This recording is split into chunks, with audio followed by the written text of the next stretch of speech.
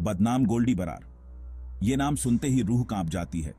गोल्डी बरार, एक फुसफुसाहट, एक किंवदंती, एक भूत। पंजाब की धूल भरी जमीन से उठकर ये इंडिया और कनाडा के मोस्ट वांटेड क्रिमिनल्स में से एक बन गया। कैसे एक साधारण सा लड़का इतना बड़ा खौफ बन गया? सतिंद्रजीत सिंह, जिसे गोल्डी बरार के नाम से जाना जाता है, डर और दहशत का दूसरा नाम। उसकी कहानी महत्वाकांक्षा, हिंसा और चालाकी से बुनी हुई है। यह कहानी जुर्म की गलियों से निकलती है, जहां खून और अनगिनत सवाल ही रह जाते हैं। गोल्डी बरार की जिंदगी इस बात का सबूत है कि हकीकत अक्सर फिल्मी कहानियों से भी ज्यादा हैरान करने वाली होती है। अपराध की दुनिया में उसका सफर एक भयानक कहानी है, जो गलत रास्ते पर चलने की है। यह हमें हमारे समाज के उस डरावने सच का सामना करने पर मजबूर करती है, जहां अंधेरा बेखौफ नाचता है। पंजाब के एक गांव में जन्मे सतिंद्रजीत सिंह की शुरुआती जिंदगी उस अपराध की दुनिया से कोसों दूर थी, जहां वो बाद में आ गया। सोचिए, एक छोटा सा लड़का सरसों के खेतों में दौड़ रहा है। मिट्टी की खुशबू उसके फेफड़ों में समा रही है। वो भीड़ में एक आम सा चेहरा था। उसके सपने और उम्मीदें गांव की सादगी जैसी थी, लेकिन लगता है कि किस्मत को कुछ और ही मंजूर था। उसके बचपन का शांत माहौल उसके अंदर उठ रहे तूफान को नहीं रोक सका। कहीं ना कहीं रास्ते भटक गए और अपराध की दुनिया ने उसे अपनी चपेट में ले लिया। जो लड़का कभी साधारण जिंदगी जीने का सपना देखता था, अब उसकी किस्मत ही कुछ और लिख रही थी। सतिंद्रजीत से गोल्डी बरार बनने का सफर धीमा और खतरनाक था।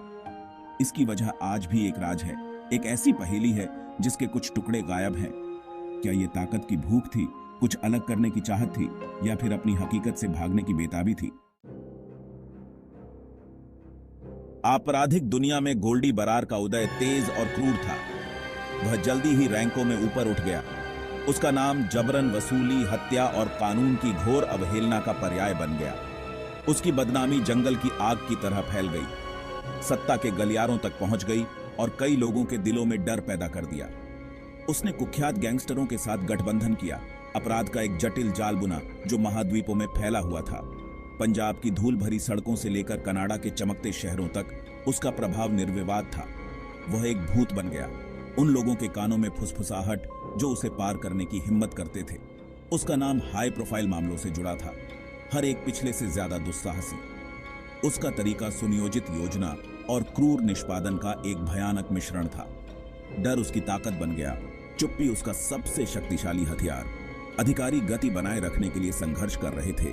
अपराध की उसकी तेल लगी मशीनरी के खिलाफ उनके प्रयास व्यर्थ लग रहे थे। आज गोल्डी बरार एक भूत है, एक भूत जो इंटरनेट के डिजिटल गलियारों में घूमता है। भारत द्वारा एक नामित आतंकवादी घोषित, उसका चेहरा वांछित पोस्टरों से घूरता है, जो उसकी मायावी प्रकृति की निरंतर याद दिलाता है। वह परछाई में मौजूद है, एक डिजिटल प्रेत गुप्त संदेशों और द्रुत शीतन खतरों का निशान छोड़ रहा है। फरार होने के बावजूद अंडरवर्ल्ड पर उसकी पकड़ मजबूत बनी हुई है। वह परछाई से काम करता है, एक कठपुतली मास्टर एक विशाल आपराधिक साम्राज्य के तार खींच रहा है। उसकी पहुंच महाद्वीपों तक फैली हुई है। उसका नाम दुनिया के सबसे अंधेरे कोनों में दबे स्वर में फुसफुसाया जाता है।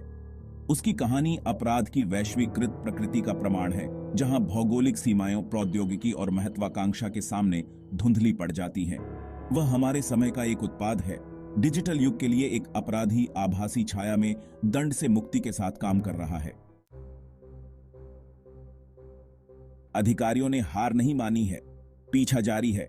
महाद्वीपों को फैलाते हुए और अंतरराष्ट्रीय कानून प्रवर्तन की भूल भुलैया वाली दुनिया को नेविगेट करते हुए न्याय की अथक खोज में हर सुराग का सावधानी पूर्वक पीछा किया जाता है, हर फुसफुसाहट की छानबीन की जाती है।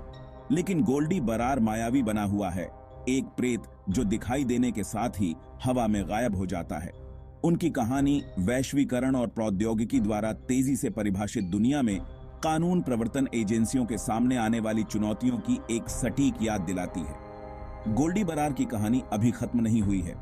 ये एक ऐसी कहानी है जो सामने आती रहती है, इसका अंत अभी बाकी है।